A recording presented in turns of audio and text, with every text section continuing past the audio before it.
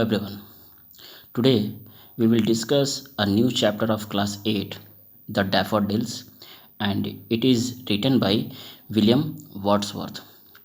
William Wordsworth एक nature lover attitude के person है, जिन्हें हम प्रकृति प्रेमी भी कह सकते हैं।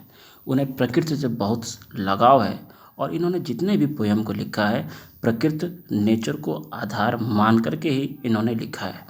यह डैफोडिल्स भी इसी नेचर की ब्यूटी को ही दर्शाता है। तो आइए हम लोग लाइन बाय लाइन और मीनिंग के साथ में इस चैप्टर को डिस्कस करेंगे। जो भी हार्ड वर्ड्स है उस हार्ड वर्ड्स को भी हम लोग यहाँ पे डिस्कस करेंगे, लिखेंगे और जानेंगे। बेहतर के लिए आप लोग इसे अपने नोटबुक में या कॉपी में या बुक में इसे लिख सकते हैं हाइलाइटर देख करके, एक एक करके और लाइन बाय लाइन हम लोग समझेंगे।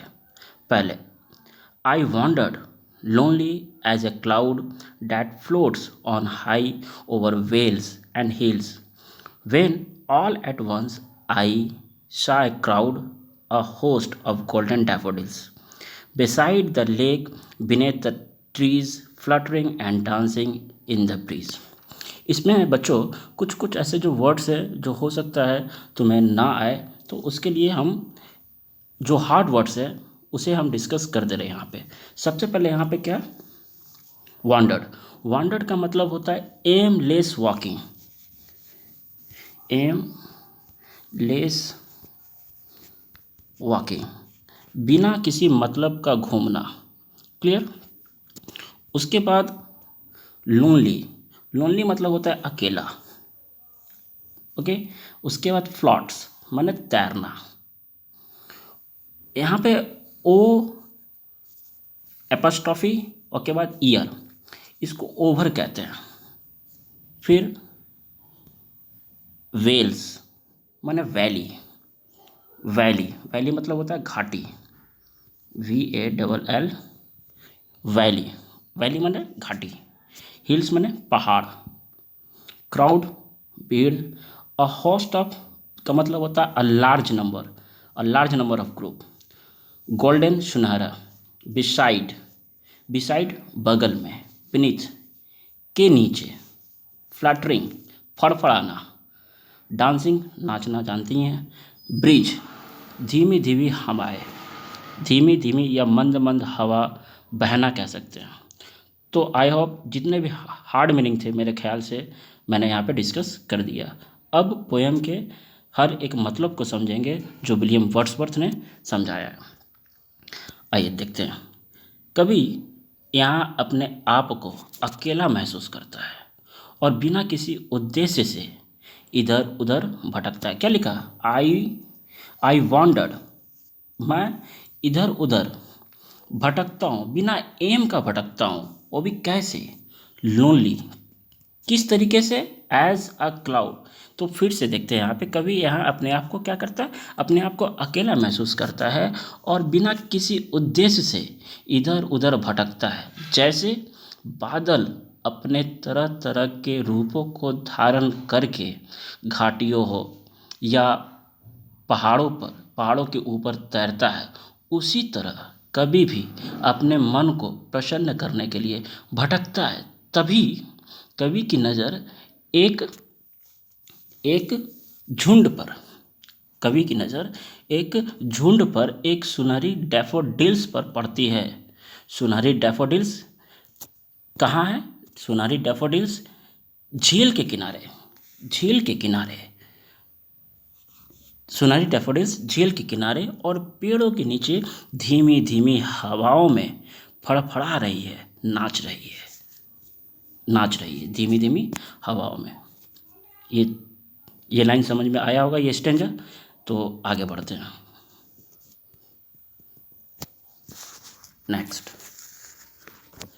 Continuous as the star that shine and twinkle in the Milky Way, they stretch in never ending line along the margin of a way। यहाँ पर भी कुछ जो हार्ड वर्ड्स हैं वो हम यहाँ पर डिस्कस कर लें पहले ही। कंटिन्यूस लगातार, ट्विंकल चमकना, मिल्की वे आकाश गंगा, स्ट्रेच्ड फैला हुआ, नेवर एंडिंग लाइन कभी ना मिटने वाला श्रृंखला, अलोंग माने के साथ, मार्जिंग माने किनारा।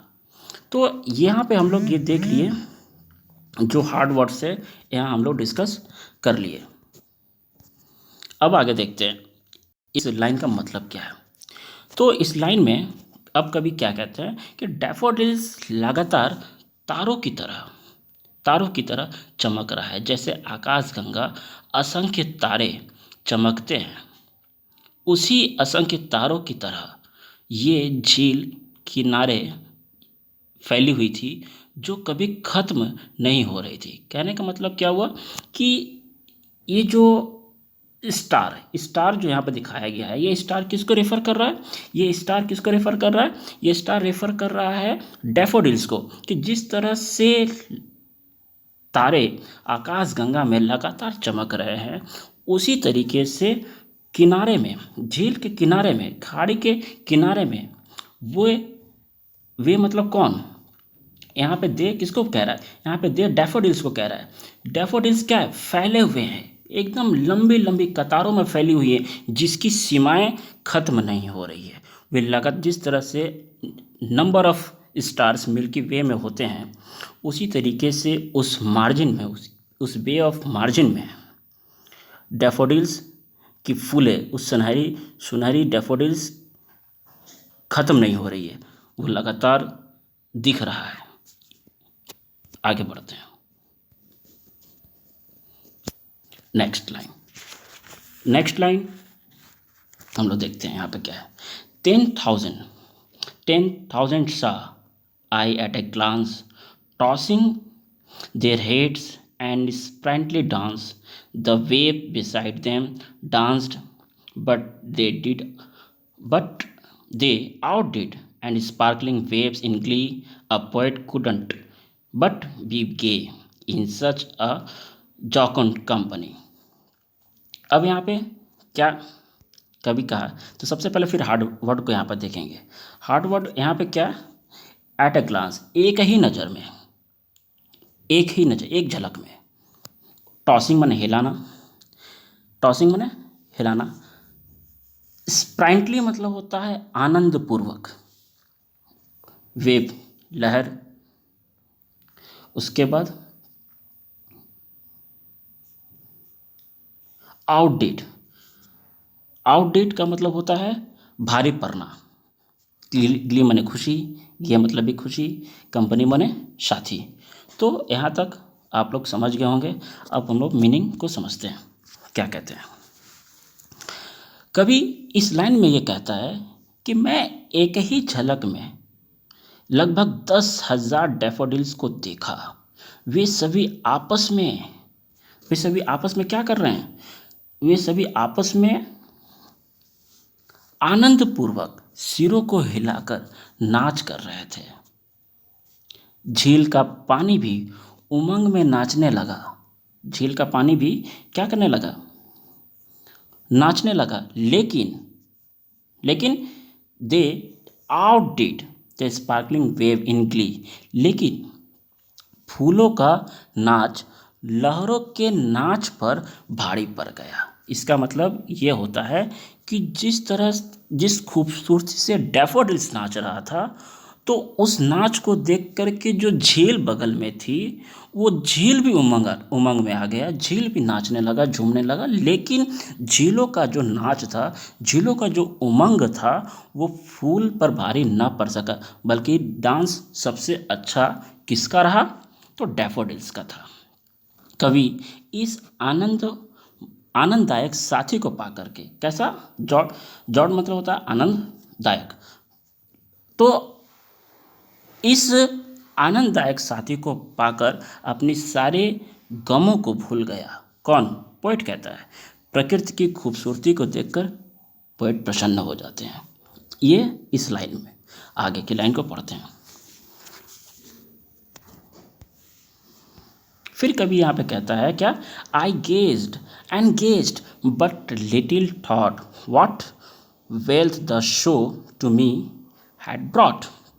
अब यहाँ पे कवि बहुत खूबसूरती से इस लाइन को पेश करते हुए कहता है क्या, कि कवि कहता है कि मैं सिर्फ डैफोडिल्स के देखते ही जा रहा था, लगातार मेरी नज़र उस डैफोडिल्स पे पड़ी जा रही थी। गेस्ट माने देखना, एक टक नज़र से देखना। मैं देखा जा रहा था, देखते जा रहा था। किसको? डैफोडिल्स को देखा जा। यहाँ पे आई किसको कह रहा है? आई यहाँ पे पोएट है। तो कवि कहता है कि मैं सिर्फ डैफोडिल्स को देखते ही जा रहा था और इस डैफोडिल्स में कवि को मानो खुशियों का खजाना दे दिया। कौन दे दिया? ये डैफोडिल्स ने। ऐसा लगता है कवि को मानो एक खुशी का खजाना दे दिया हो, मिल गया हो।